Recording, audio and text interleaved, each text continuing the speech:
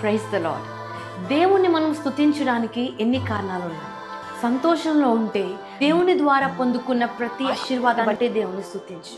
కన్నీటిలో ఉంటే విరిగి నలిగిన హృదయాన్ని ఆయన అలక్ష్యం చేయడని విశ్వసించి మీరు ఆత్మీయ జీవితంలో ఆయనకు దగ్గరవుతున్నారని దేవునికి స్తుతించండి. పరీక్షింపబడుతున్న సమయంలో ఉంటే నిన్ను సువర్ణంగా చేయు దేవుని శక్తిని బట్టి దేవుని స్తుతించు. అనారోగ్యంలో ఉంటే నీ బలహీనతలలో నీ శ్రమలలో ఆయన శక్తి పరిపూర్ణం అవ్వబడుతుందని దేవుని స్తుతించు.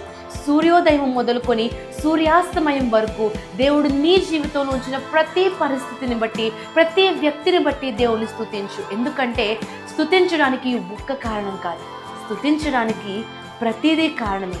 నువ్వు ఎప్పుడైతే స్తుతిస్తావో దేవుడు నీ జీవితంలో తన శక్తిని పంపి దేవుడు లేచి నీ విరోధులందరినీ ఆయన నాశనం చేస్తాడు. దేవుడు లేచునుగాక, ఆయన శత్రువులు నీ జీవితంలో చెదిరిపోదురుగాక. ఆమేన్.